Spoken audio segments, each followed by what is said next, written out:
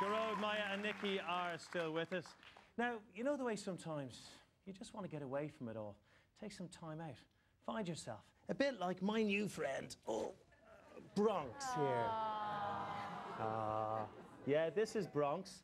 And Bronx decided to go on a little journey there recently. For 18 months, in fact, he disappeared. And out of the blue, Bronx returned home just recently to his loving family who missed him very much. Now, Bronx, we haven't really talked about this much. You've been pretty quiet. You haven't really spoken to any of the papers. Where did you go, Bronx? Where did you go? What? I speak dog. What? Oh, you've got some snaps? Oh, well, let's have a look at this. Let's see what... Oh, you went to Vegas, Bronx. I see. Did you get on well there? Oh, Paris, you old romantic, you. Oh, so sweet. Oh, did you have a little pee, Peter? Good boy. Well done. Oh, and of course, you got to the big day, Bronx. That's amazing. Oh, and you met some big names too. Yeah, a little poo on the White House lawn. Well done. Bronx, obviously quite a shy dog, you realise, but he has been travelling quite a lot. But his owner, Margaret O'Connor's here. Hiya, Margaret, how are you? I'm grand, thanks. Joking aside, actually, this is a lovely story because he's a very special dog to you guys. He is. And he just slipped off the lead a year and a half ago. That's right. And off he went. Any idea where he went? No. The first we heard of him was when we got in touch with the Dogs Trust, that they had found him through the tagging. And he may have disappeared off to the UK. He was in the UK as well. They told us, yeah. How did he do that? Was he just joined up with a stag night or something? I don't know. Essentially, everybody thought, now I'll come back out. Were there no jobs for you, Bronx? No. Did you have to disappear? Well, that is amazing that he found his way. He found it because essentially he found his own way home, didn't he? Yeah. He did. Well, through the Dogs Trust. It's a marvellous story, isn't it? You know, brilliant. You hear this about dogs all the time, that they have a special kind of, almost like an inbuilt homing device. Definitely, definitely. And so, did you get a dog in the meantime?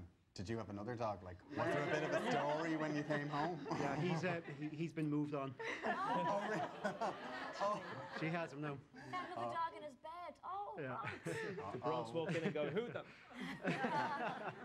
Well, look, we're delighted he's back with you. He's really very sweet. Can he stay with me for the rest of the show? Yeah. Right. Well, he's microchipped as well, which is the key. And when we have him on the street, we have to muzzle him as well. That's the law. Right. So it's very important. But it's a very nice, calm dog, as you can see. He's friendly. He found a girlfriend when he was... Yeah, that was it. Possibly, yeah. That's probably why he came back. He probably got her up the duff. Yeah. Yeah. I'm just saying, he looks like that kind of fella. I think that did. No, he's an absolute dote. You know, and if you know something, it's a good lesson to us all. If you do want a dog, go to the Dogs Trust or one of the homes. Yes. Oh, get a rescue dog. They were fantastic, the Dogs Trust. Thank you so much for bringing him along tonight. I'm glad he's back at home. Thanks for Thank you very much. There we go.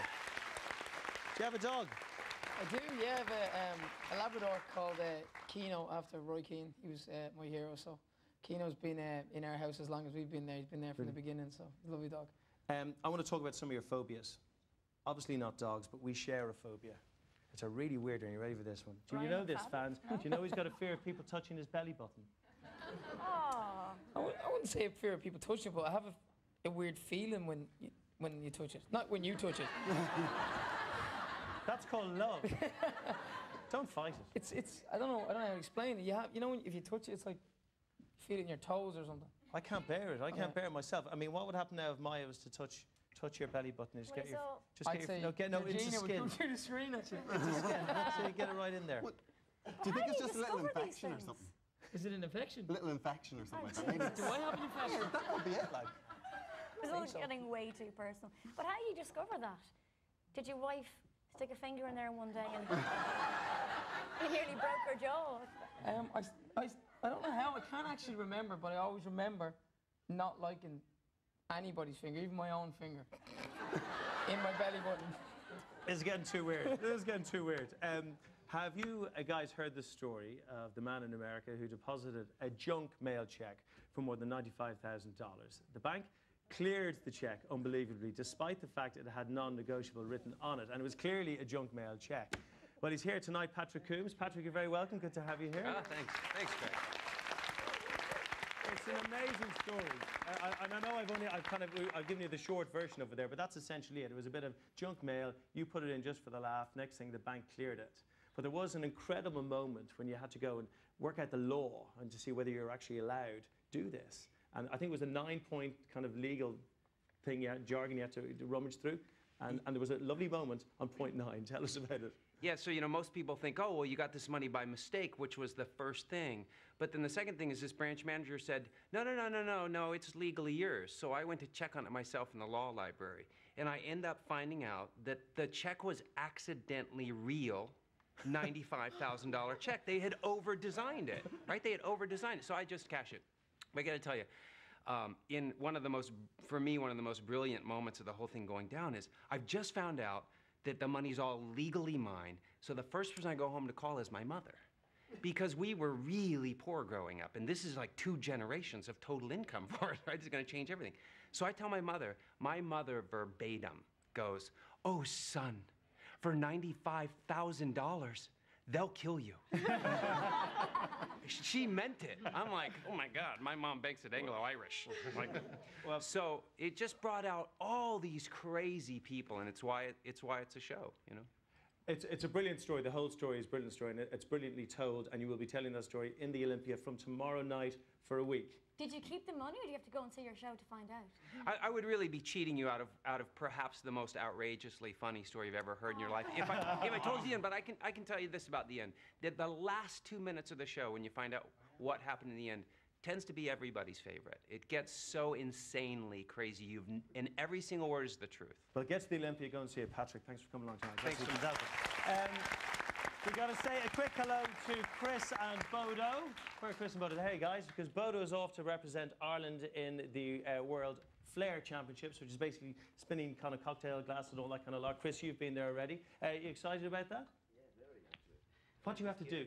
Tell me about flaring. What's it all about? Flaring, it's a way of entertaining customers at the bar, not only just serving drinks straight on. It's just using all the bar equipment in a very stylish way, basically making the customer feel like he's actually seeing a show and having a drink.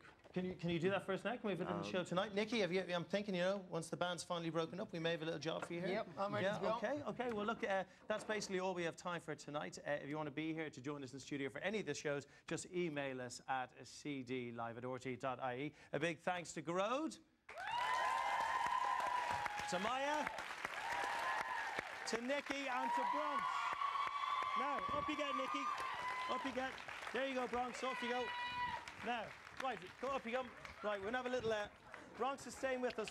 Bronx can stay with us. Right now, Bronx, what are we doing here? So, lads, you're going to show us how to do a bit of this.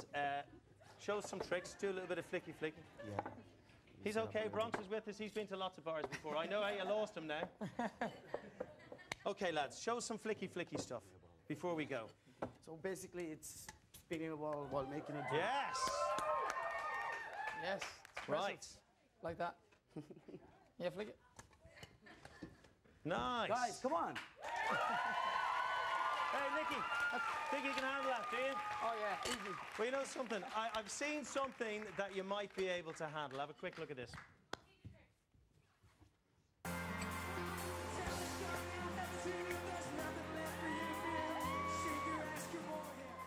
Maybe not that, but when that's finished, I think you might be able to handle this bit of cocktail making. Lads, just give us a quick one before we all go home.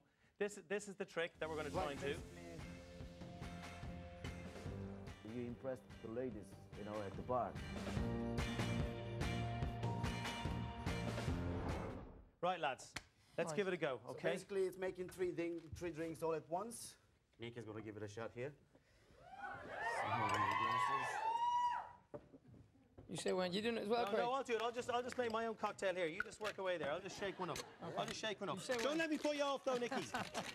Keep going. That's it. Nice job, Nicky. Good. Nicky, ladies and gentlemen, take care of yourself. See you Thursday night. Bye-bye.